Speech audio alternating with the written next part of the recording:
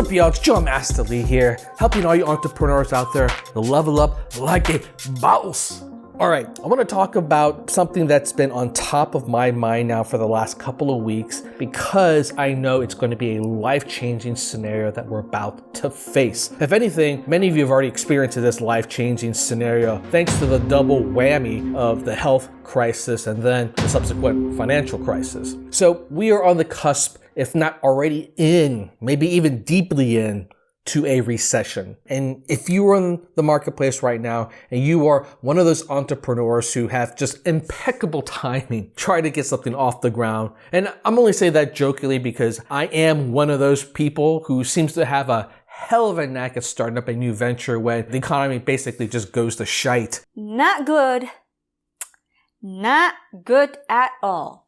But yes, things are going to shite. And my advice right now, and this is the biggest warning I can give to all entrepreneurs, and that is that you need to have that wake-up call and realize that the world has fundamentally changed and that whatever you are trying to build and sell and build your business around needs to fundamentally change as well. When we go through a national recession like we're experiencing right now, it's already one of those things that is going to change people's lives. People don't come out of recession the same as before. Many people have lost their jobs, many people have lost their businesses, and that means changing a lot of things about your lifestyle. These things happen and people find a way to rebound and people find a way to, go on with their lives and they bounce back. And when things look great and your life settles back into some level of normalcy, boom, sure enough, recession comes again. You can expect it, every decade or so. It just happens. It's just the way the economy works. With every one of these recessions, we tend to look back and forget about how much of a dramatic change it was. As someone who has been through 2 recessions, having been an entrepreneur at those particular points, I can tell you by not changing course, by just doing the same thing, hoping that, once things bounce back, you will be able to jump back on the horse and start riding off again to build whatever you are planning to build. And the odds are not in your favor for a number of different reasons. The first thing you have to realize that recessions do not just bounce back right away. They take a long time to get back to where things were. Now, typically a recession could last from like 9 months to 18 months, which is about a year. And during that time, certain industries will perform well and other ones will just be stagnant, maybe even shut down, right? Certain industries do really poorly during recession, like the travel industry. Right now, here in Las Vegas, we are suffering pretty badly from it. So the big issue here is that the recovery period after recession takes years. And for a number of industries, like the travel industry, like the leisure industry, takes way more than just 1 year to recover. So if you have a startup venture, if you're an entrepreneur who's thinking about getting back into that side of things, you might not be able to last that long. I find it hard to believe that most people have enough money set aside to be able to last a couple of years. In particular, not just money that needs to go in towards, paying your own bills and having your own livelihood, just be able to put food on the table. I'm talking about situations where you have to pay for your business expenses. And that is just not something that you can weather through for that long. You have to take a look at what industry you're in right now and just make an assessment on whether or not it's going to be able to bounce back quickly or not. And if it's one of those industries where it's not going to bounce back quickly, it's about time to think about, well, there are other opportunities in other areas that need to bounce back. Because I can guarantee you there are some very hot industries where a lot of services and products are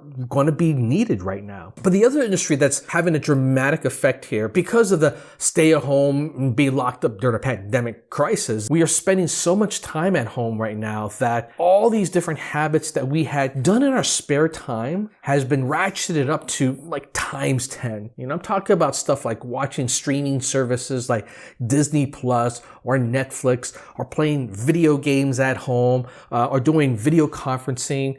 Just about any one of those services right now that has any foothold in those spaces are interesting opportunities to jump in on, and for you to think about what kind of services you could provide to really jump in on. Now, if you're the other end of that situation, if you provide services in other ways that isn't digital media, well, like I said, I think you need to rethink what's going on. I might take a look at the movie industry as an example, and how movie theaters right now are, in essence, just shut down. And what's happening is that even though they're getting shut down, the movie industry continues to move on. What's happening with a lot of these movie producers is that they're just bypassing the theater chain. And by bypassing the theater chain, which has already been on really shaky ground up to this point, they are in essence putting movies straight to the streaming services as a way to continue to make money. Now, that cuts out a big chunk of their revenue, but it is also in many ways fueling, or maybe it's not fueling, could even be just taken advantage of changing consumer behaviors. And once these consumer behaviors change enough, you start to question whether or not movie theaters will bounce back. This reminds me of the movie Cars. Now hear me out, right? Cars, great Pixar movie from Disney. I remember watching that movie and I loved it because it talked about this small town along Route 66 suddenly being revitalized because, a superstar race car driver suddenly came into town. And it speaks to a bygone era where people used to travel across the United States, do road trips, something I love doing. In fact, I've been on a road trip twice now across the United States, all the way back and forth. And yeah, drove it along Route 66. And the problem with this small town in terms of the reason why it eventually just fallen out of favor in terms of tourists coming by to stop and take a look at it was because Route 66, there was a highway that was built next to it that basically connected the Midwest all the way to California, which means that, drivers didn't have to stop in these small towns anymore. And these small towns pretty much just went extinct.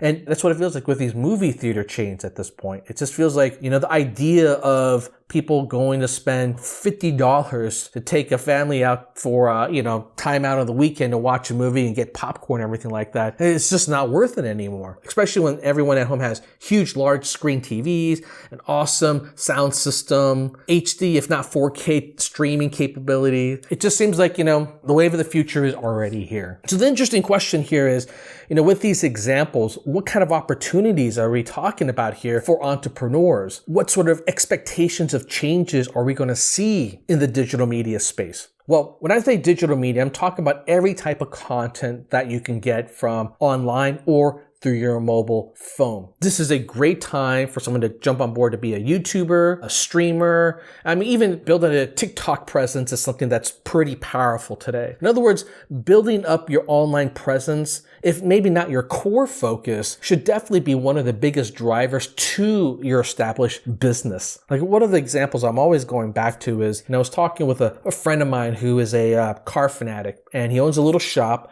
And he's thinking about becoming a YouTuber. And my advice to him is, don't quit your day job to become a YouTuber, but rather become a YouTuber to help fuel the development of your core business, one. But second, for that business to become part of the kind of content you could create for YouTube. Because people aren't just looking for, day in the life of vlog where everyone does the same thing. You have to find a niche. And there's a great niche out there to be able to talk about your life as someone who rebuilds and remodels cars for a living. Your passion or your day job or what you do as an entrepreneur, you need to take advantage of what's happening here in digital media in terms of be able to use that to fuel the growth of your other businesses. And I've seen this with a number of different people who are in the gig economy do really, really well. Like Uber drivers who are vlogging about their life, real estate agents talking about the deals that they're doing.